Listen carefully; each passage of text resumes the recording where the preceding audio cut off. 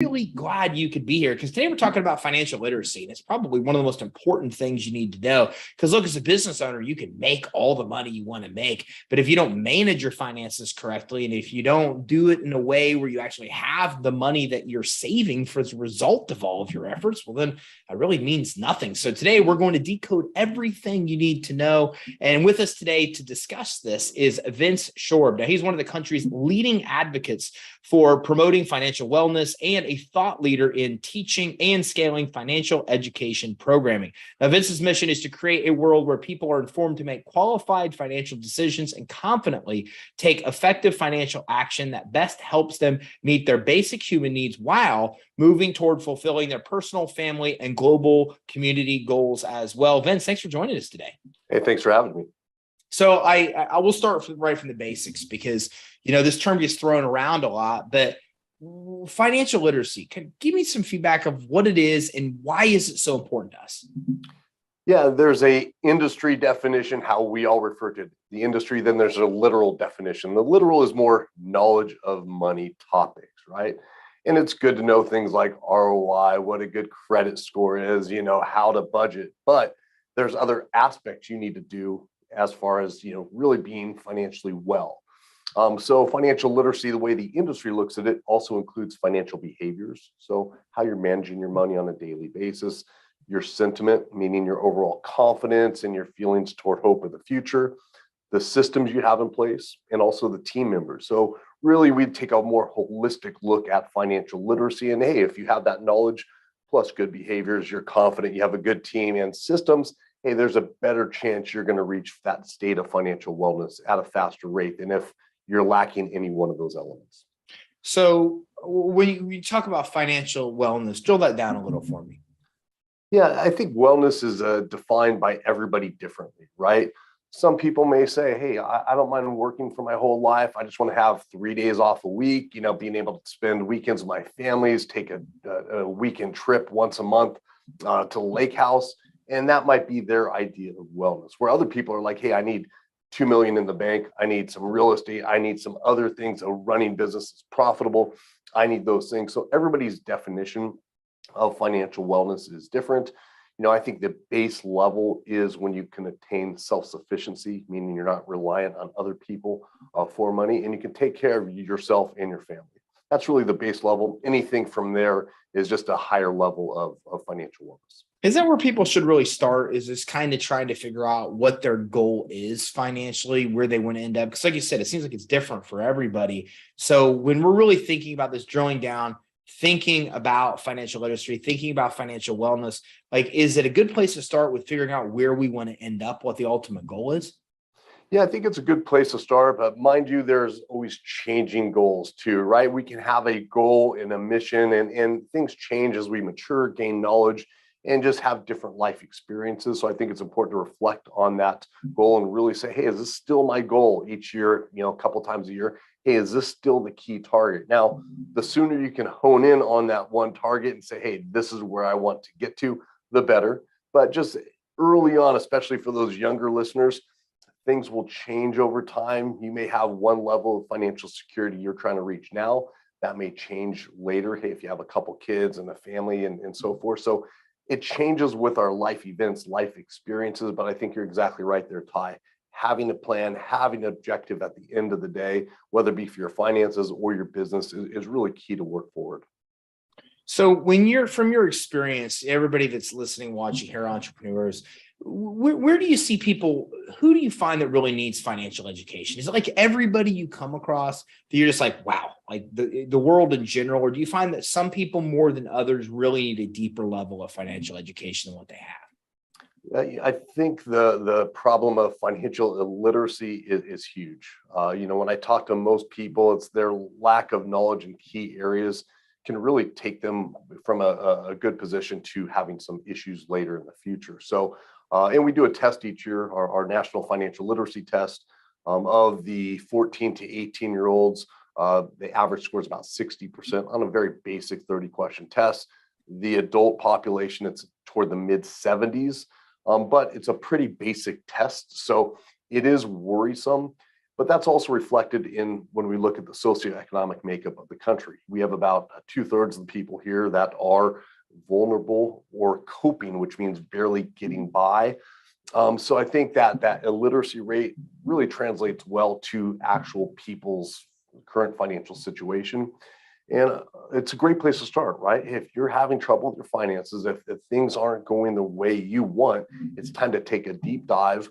What's those things that are really holding you back? Prioritize those and start working toward those. I think a lot of people work on their business, work on their job 40, 50 hours a week, but the amount of time they dedicate toward their personal finances is oftentimes lacking. I think if you're spending that much time working, let's put at least a couple hours a week, an hour a week into your finances, which can really be that foundation you need to grow your business and your just security. So I'm interested, just out of curiosity, 30-question tasks, 70%, for adults, let's say. What are some of the most common questions, if you can even recall top of your head, that are commonly missed on that test? Give me an example. One of the big ones is compounding interest, right? That's a big question. We put up a basic, question. They don't need to be genius in math, but just having the concept. We put big numbers that are way off. Like one's, hey, if you save $200 a month and earn 6% interest, I'm making up those numbers. What does that turn into in 30 years, right? One number is like 50 grand, next number is like 200 grand, next number is like 1.2 million something. So most people are on the lower side, right? And that's one of our most missed questions. And I think that really, emphasizes, hey, some people lack that hope. And we see, especially when we're working with people that are kind of struggling and just don't see a vision for the future. Maybe they're in debt, they're worried, they're concerned.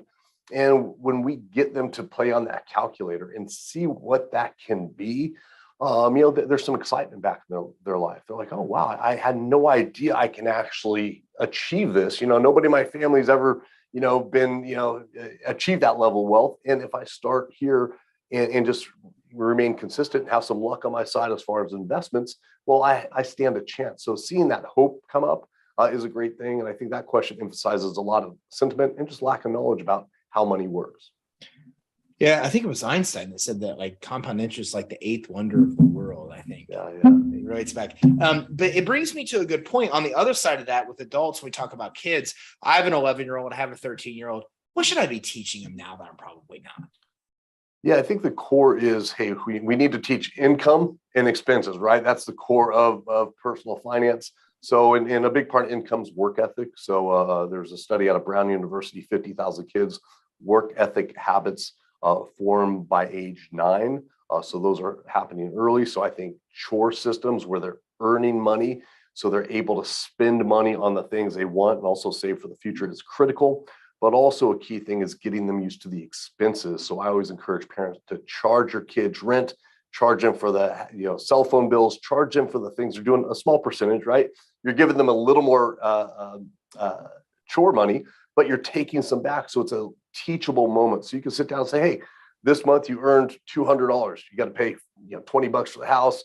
We spent $30 in food and gas, whatever, and they're paying a percentage of that. So they're really understanding. It's a training wheels before you move out in life. I remember when I moved out on my own for the first time, I didn't realize, 17 years old, I didn't know, hey, you needed to have a couple months rent, the deposit, and also 2 months rent, because we didn't have any background in that. The deposit for the electric turn on, the deposit for the gas turn on. So it was like hit the ground running, pick up some extra shifts as a busboy, right? So I think it's that training wheels that we can help our kids get, so they're practicing in a safe, secure environment and building the core skills traits you need, whether you want to start a business, or just be financially secure. Those are really core skill sets that are needed. I love every bit of what you just said, especially charging my kids rent. I assure you that will be Make them pay. But it also brings up another point, and what I've never been able to figure this out. And being in the industry, maybe you can provide insight. I'm a credit guy, and I just don't understand why our public school system completely ignores this. Like, it's baffling to me. I went to home ec. I learned to sew. I'm not Yeah. saying it's not a great thing. I think I've sewed in my life, but why would I not have a financial literacy course just to teach me the basics of this stuff? I mean, do you have any insight on like why the school system completely ignores this topic? No insight, but I feel your pain. I've been trying to battle schools for a long time, and we went through a list of topics that I had to learn in high school, just listing them out just to see what I actually use. And the subject matter I use in my real personal life is about 25%, right? All the skills I needed were really elementary in grade school, right? How to read, basic math, basic English, basic communications. What I got in high school is biology, chemistry, foreign language, geometry. I don't care. I don't need it. It does nothing for me and a lot of other people. Now, if you're a computer scientist, a mathematician, that's important for you. But if we look at STEM subjects as well, only about 15% of people actually utilize those higher learning, math, science, and so forth out in the real world, where money benefits 100% of students. One of the things that we promote is called FLEC subjects: financial literacy, entrepreneurship, and career planning. I think that's a vital thing to integrate into schools. It benefits, again, 100% of the students in an area that's important. And I think the entire goal of the school system should change. We've been teaching the same subjects for about 100 years. We have computers now. So we need to change that focus of school to graduate self-sufficient, productive members of society that are contributors, right? And I don't know why it is either. So I feel you there, Ty.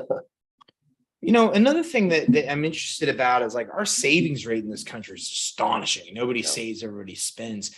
So why don't we seem to make, because compound interest is phenomenal. Like if you really look at the math of what happens if you start saving such a small amount of money now and what that turns into, why just can't we figure this thing out? Like what is, when you deal with all these clients, like what is the common barrier you're seeing where people are just not making smart long-term financial decisions?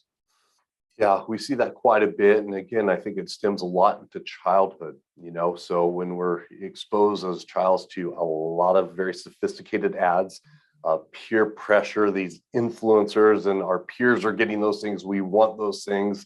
The keeping up with the Joneses is now global with social media.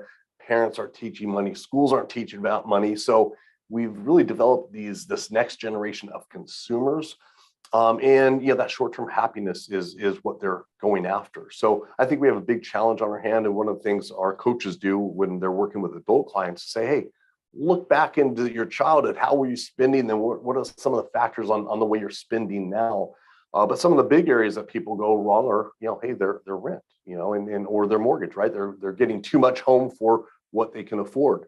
They're buying things that aren't necessarily needed, and they're not prioritizing their savings. Hey, it can be next month. It could be next month. A lot of the stimulus money that went out. Hey, that just went out to buying things, right? So, I think it's just consumerism has really impacted a lot of people starting at a young age. And it's also a feel good, right? Hey, we see, a lot of when we have those lockdowns and so forth, people are buying more on Amazon, making these purchases. It's a feel good. So I wish there was a way to combat that was easy, but it really takes, hey, building those muscles, right? I'm sure the marshmallow study with the kids in a kids study where they put a marshmallow down and said, hey, kid, wait 1 minute. And if you do, you're going to have 2 marshmallows. Some kids are like, hey, no big deal. I can wait. Other kids are like sniffing, like taking little bites off and nibbling and trying to get, still get their other marshmallow. Other kids are just like eat the whole marshmallow right away. They don't, hey, I want it now, right? So I think that study, the marshmallow study, is a good example of, hey, what carries over into adulthood as well. Beyond that, I mean, what are some of the biggest problems that you see financial wise that people are facing right now? Yeah, I think you hit the nail on the head with the savings, but I also think debt's an issue, right? People are just kind of struggling to get out of that to pay for savings. And I think a lot of the issues that occur, happen, around the early moving out stage. College debt's massive, 1.76 trillion right now, massive. And just people are getting behind the 8 ball early, right? So they're not preparing. That's going back to your point earlier, compounding interest. That's a key time to start saving and working toward things, but they're, putting off savings until they're paying off their college student loan debt and other things. So I'd say just early debt, getting behind the eight ball, and also not focusing on the other side. That's the expense side, but I think also the income side, right? Hey, are they looking to improve, gain skills, knowledge, and competencies, whether you're working for somebody or having a business? What are those skill sets that you need to develop to be that higher level business owner, be that higher level employee, so you can earn more? So, hey, you may be able to spend a little more, but let's keep the savings rate ratio ever expanding as your skill sets do grow. So if people, and this is a problem that I found with the system, is that I talk to a lot of people where they want a certain amount to invest. And a lot of younger people, or a lot of, I shouldn't even say irresponsible, a lot of people just don't have that much money to even start investing at this point. So when people are in that situation where they need good financial advice, but they don't have the money to invest and talk to financial planners and people that want them to have a certain amount to invest first, where do those people turn? Where's the best place to go? Yeah, great point. And there is an abyss there, right? So we do a survey each year. It's who do you turn to for trusted financial guidance? About a quarter of people say I have nobody to turn to. About 40% say friends, family, coworkers, and about a little over 30% say they turn to financial professionals. So there's that abyss, right? And what I tell people is, hey, there's a lot of opportunity right now to learn. We have podcasts like yours. You find somebody that's that educator that you relate to, that you'll watch on a regular basis. You subscribe whenever you get the ding that your podcast is up. You listen on a regular basis. You sit down and prioritize those things that you need, and you find those people to help you. Now, we can do the virtual method. We train and certify financial educators and financial coaches. So educators are teaching groups similar to what you're doing, just more in a classroom type setting, and also coaches that work one-on-one with people on those basic areas. But that's where I'd say you got educators, you got coaches, you got the people like yourself that are out there educating the masses with great content. And as long as you're treating this as education, when you're here, you're listening, you're taking notes, you're building out your plan as you're listening, and it's not just playing in the background when you're at work. I think if you can utilize these as teachable moments, that's going to help you improve. That's the way to learn today. What about specific knowledge that you think everybody should have? You're almost kind of surprised or shocked when you're talking to clients that most people don't have it. Yeah. I think people make personal finance very complex, right? so many things going on, but really it's how do we earn money to bring in? What are expenses? What are things that contribute to expenses or in a positive or negative way, credit, debt, etc. What are things that can protect our income and assets, insurance, other risk management strategies, and how do we grow our money, right? Investing in entrepreneurship and other types of things. So I think, I always encourage people to simplify their outlook on personal finance, identify those areas that are most pressing to them right now. If you need to buy a home in 3 years and your credit's bad now, you need to get on that now, right? A lot of people wait to the last minute. So you got to set your plans like you talked about earlier and prioritize those so you can actually accomplish those at that time frame you want. So if you wait till last 6 months before you're going to buy a home to work on your credit, it's not going to likely be improved. So planning that out strategically, I think, is a big skill set to have when we're looking at how all those parts integrate together. What about tech? You gave some really phenomenal advice about like where to go to get the general education. Is there tech that can help us with, becoming more, financially literate as well? Yeah, I think it all depends on how you like to learn. We have some people that love our online learning program, right? They like to log in, they like to do it on their own, watch the videos, go through the activities. They love it. Other people love apps, right? Where it's like daily reminders and things like that. So I think it's aligning how you as an individual like to learn, who you like to learn from, right? And that environment, right? Do you want to be at home alone? Do you want to be around people? Do you want to feel supported? So I think if you can identify those 3 areas, you're going to guide yourself to the education path that's right for you. I think a lot of people still feel like, hey, that traditional, I need to go to a class, sit in the classroom and learn. I still think like my generation and even younger than me feel like, hey, it's a classroom type thing that needs to be done, where the younger generation, hey, it's all tech and so forth. So I think if you're comfortable with it, if you like that technology side, find that thing that really is helping you and your specific needs, and spend some time and really vet it out to make sure it's going to help you with your specific goals, and run with it. I love that. What are easy wins? So in my industry, what I found is the best way to get people to take action. You give them little easy wins. They're like, wow, that works. And then they move a little further. So people that are watching, listening now, what are some easy wins or some things they can do now, some steps they could take just to kind of gain some financial stability or start moving in the right direction? Yeah, I think some easy wins are, hey, go through what you're spending each month, maybe make a call here and there, see if you get it lowered, right? Cable bill, hey, what other deals do you have? Credit cards, my credit card rates, what do you got, right? Easy win, you can pick up a phone call a day. Also, just evaluating your budget. Hey, what's kind of wasted? A lot of people have just reoccurring expenses that are on there. They can pick up, a quick extra 20, 30, 40 bucks a month just by finding, oh yeah, I forgot about that, Netflix membership I haven't logged into in a year, right? So going through that, targeting those low hanging fruit, those easy wins, and eliminating those. I mean, hey, 20 bucks a month, that's, a good amount, 200 bucks a year, right? 240 bucks a year. So that's a win, right? Celebrate that. How much do you make at your job or your business hourly, and look at it that way. So you can really knock off some things pretty early by just looking at your expenses, see what you're not using, picking up the phone, negotiating. Hey, internet company, will you have any specials? I'm thinking about moving companies, right? What do you got for me, right? Can we bundle? Can we do this? Call my insurance person. Hey, what do we have here for insurance? Can I lower that? What other options do I have?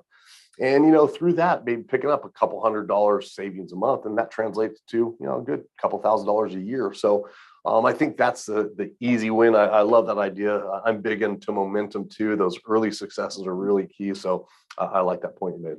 Yeah, and I love the advice because, we did that at COVID, right? We freaked out. We're like, what's going to happen? Yeah. So we immediately called, and it was really astonishing to see how many people, lowered what we had paid or gave us a deal that if we paid, for a year in advance, we got like massive discounts. And we adopted that strategy permanently in the business. And now we do that consistently every 3 months. We go through and look at all of our expenses. We literally call our providers just to renegotiate. And it's really astonishing. Now I applied that to my personal life. It's highly effective. It's pretty astonishing about how many people are willing to do that. I don't think rarely ever have I called my cable company where my payment hasn't gone down because they found the way to bundle. The same with like cell phone company, just by asking the questions. So I just think that's phenomenal advice. Yeah, it helps. You find things here and there. I've even myself, I forgot sometimes I was paying a cable bill I didn't need to pay. So I didn't use these other channels they had, and then I was paying 30 bucks a month for this, and I'm like, I never used them, and that's a year later. So I just wasted that money. So I still catch myself. But I think it's a good habit. Get on your calendar, schedule those things, and just be consistent with that, right? Finding those little wins is good. And especially with businesses, right? As a business owner yourself, subscriptions are a lot more, right? It's like, hey, what's that $500 subscription? So I'm glad you brought that over to your business side, which is critical for especially small business owners. And when you're talking about, income expenses, it really comes down to budgeting. Why do we suck at this? I mean, like you work with so many clients, we're horrible at budgeting. And from the people you deal with, is just because as a society, we don't want to, we do not care, we don't see the importance. Like, why don't we? And are there tools, resources, or advice that you can give that will help us start budgeting properly? Yeah, I find a few different types of people and why they don't budget. We have those numbers adverse people, right? Where they're like, I don't want to look at numbers, and it's too confusing. For them, I'm like, hey, round the numbers, right? You don't need to look at the 0.07, 0.99. Doesn't really matter, right? Yeah. For the analytical people, they're flipping out right now. They say, hey, I need those numbers exact. For the other people, hey, you don't have to have exact. Just get pretty close. So I think that handles some people. Other people just don't want to face the truth, right?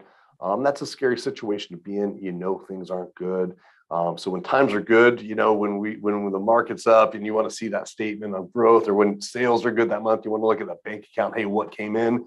But when times are bad, a lot of people are like, I don't want to look at that now, right? I'm not in the mindset. I'm in a good mood today. I don't want to kill it, right? So I think that's another group of people that, hey, just wanted to avoid that. And some people just, I think it's just, they don't, it's the management of it that they find challenging. But if you do, like you said, hey, get some things on calendar, get a regular study of it. So, hey, the first time it kind of sucks, right? You got to sit things down, save your bills for a month and a half, make sure you're inputting everything and reviewing that. But once that's done, that's really the hard part. Then it's kind of just reflecting on that every few months. Hey, is this going up? Is this going down? And if you're into automation and those types of online accounts, that makes life easy. But again, that's if you're not tech adverse, which some people are, you have these opportunities to have things done for you. It just takes categorizing them one time, which again, it takes a little bit to do. Once you categorize them, then you can really look at your budget from a strategic level and see the big picture on what's being impacted. What about trends? I mean, you're one of the most well-known educators in the space when it comes to financial literacy. Are there trends that you're seeing in the space now that we should be aware of? I think the biggest trend is the shift into virtual type of learning. Left over from COVID, I think people are getting more comfortable in that environment. Prior to that, I saw, hey, a lot of the, let's say 30 plus crowd was, hey, I want to attend an event. I want to go to an event.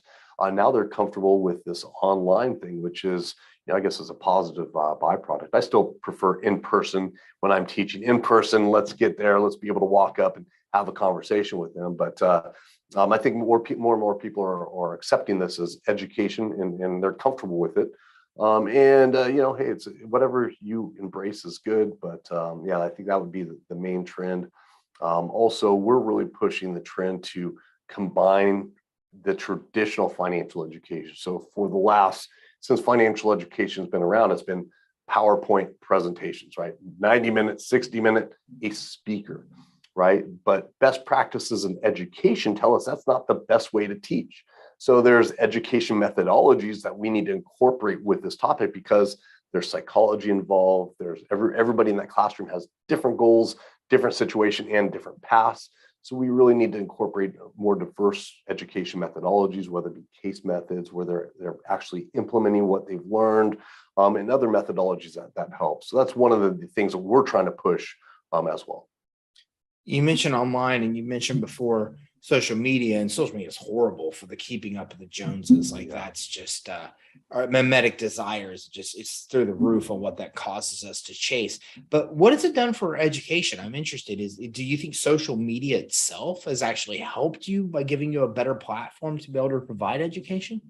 Yeah, I think it helps expand the reach. I think with any type of media, social media, anything out there, really, I think when people are trying to make these social media things, they'll leave out key parts of education, right? So you just need to make sure, hey, the social media you're ingesting is correct information, right?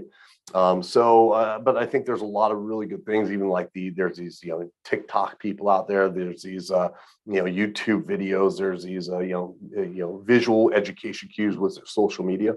In one infographic, right? A well-done infographic, you can convey a lot of information. And as humans, we pick up that information that's visual, that has congruent messaging a lot quicker than if it's just written word or spoken word. So I think there's a lot of positive potential with this type of social media outlets, and just giving people the ability to pick it up in those bite-sized pieces, I think is good, not only to learn something, but reminders, right? So, hey, I want to check my credit a couple times a year. I forgot about it this time, right? So it serves as those good reminders as well. So many of us are really looking for financial freedom. And we've just kind of scratched the surface on what there is to learn. So where can everybody go listening and watching to be able to learn more about how we can achieve that? Yeah, our site is financialeducatorscouncil.org. And we really work with those people that are called to bring financial education, financial coaching to their community. So our clients are those that are teaching others and coaching others. And that's our focus. And if you have any questions or comments, feel free to reach out to me personally at my LinkedIn at Vince-Shorb, SHORB. And we love your show, by the way, and I wish you continued success with this. Great episodes here, the past few especially. Thanks. I really appreciate it. And Vince, thank you so much for joining us today. My pleasure.